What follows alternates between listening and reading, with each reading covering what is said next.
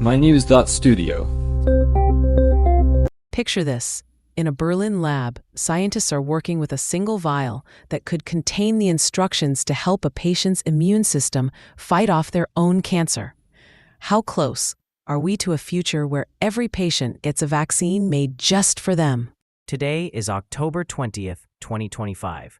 We're focusing on the first human trials of personalized mRNA cancer vaccines. This feels like a major step in medical progress, doesn't it? It really is. Up to now, most cancer treatments have relied on removing tumors or broad approaches like chemotherapy. But now, with this new strategy, we're seeing something quite different. It's based on the same mRNA technology that was used in COVID-19 vaccines, except here, the mRNA is designed for each patient's specific tumor genetics. Let's clarify the basics. They start by taking a sample of the patient's tumor, sequence the genetics, and then, what happens next? Right. So they analyze the tumor's DNA to find unique mutations. These are called neoantigens, and they're only found in that person's cancer cells. The vaccine is then built to encode those specific neoantigens. The aim is to train the patient's immune system to spot and attack the cancer cells while leaving healthy cells alone. So this is much more targeted than chemotherapy or even older immunotherapies. But do we know if it actually works yet? There's early evidence that's promising. For instance, in melanoma, combining a personalized mRNA vaccine with immunotherapy has led to a 44% reduction in cancer coming back compared to the usual treatment. In pancreatic cancer, which is usually very hard to treat, some patients have gone years without relapse. And with aggressive brain tumors like glioblastoma, new delivery methods using nanoparticles have shown quick immune responses and longer survival, both in animal studies and early human trials. How many of these trials are happening, and which cancers are researchers focusing on? Right now, there are over 120 trials underway around the world. The main focus is on melanoma, pancreatic, brain, lung, and breast cancers. The technology is moving fast, and some experts think the first commercial approvals could happen as soon as 2029. But this all sounds pretty complicated and probably expensive. What does it take to actually make a personalized vaccine like this? It's definitely not straightforward. Every vaccine is made for one patient. The tumor sample has to be sequenced. Then, researchers use AI to pick out the right neoantigens. The mRNA is produced, mixed into a formula, and shipped out. This process used to take 9 weeks, but now it can be done in about 4. Still, the cost is significant, often over $100,000 per patient.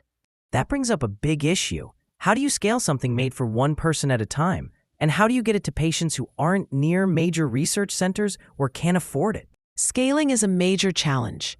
Manufacturing these vaccines takes a lot of resources. Distribution is also tricky, since many of these need ultra-cold storage, similar to the early COVID mRNA vaccines.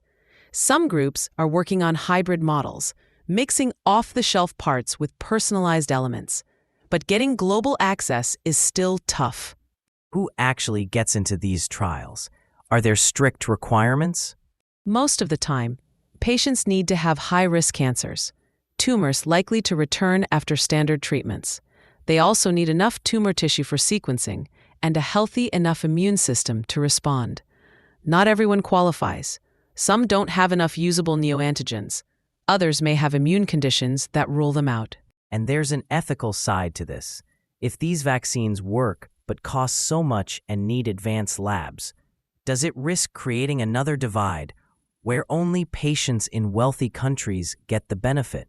That's exactly the concern. If access is limited, health inequalities get worse. Insurers and governments will have to decide if they can support the cost.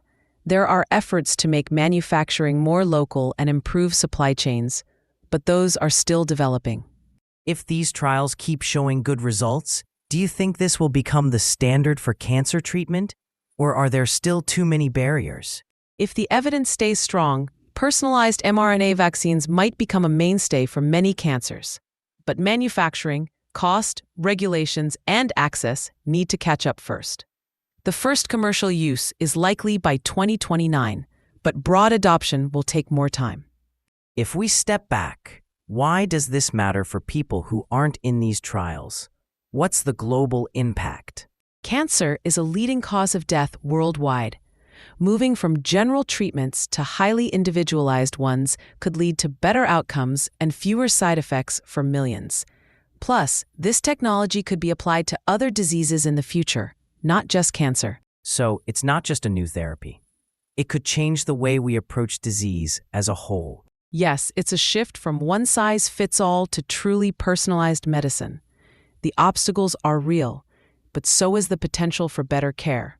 Today, we've explored how a personalized vaccine could change cancer treatment by targeting tumors using a patient's own genetic code, reducing recurrence, and potentially reshaping cancer care around the world. We looked at the science, the promise, and the tough questions about access and fairness. In the future, cancer care might be individualized, but making it accessible to all will be the real challenge. Thanks for joining us. This episode was brought to you by mynews.studio. You can try it now, for free.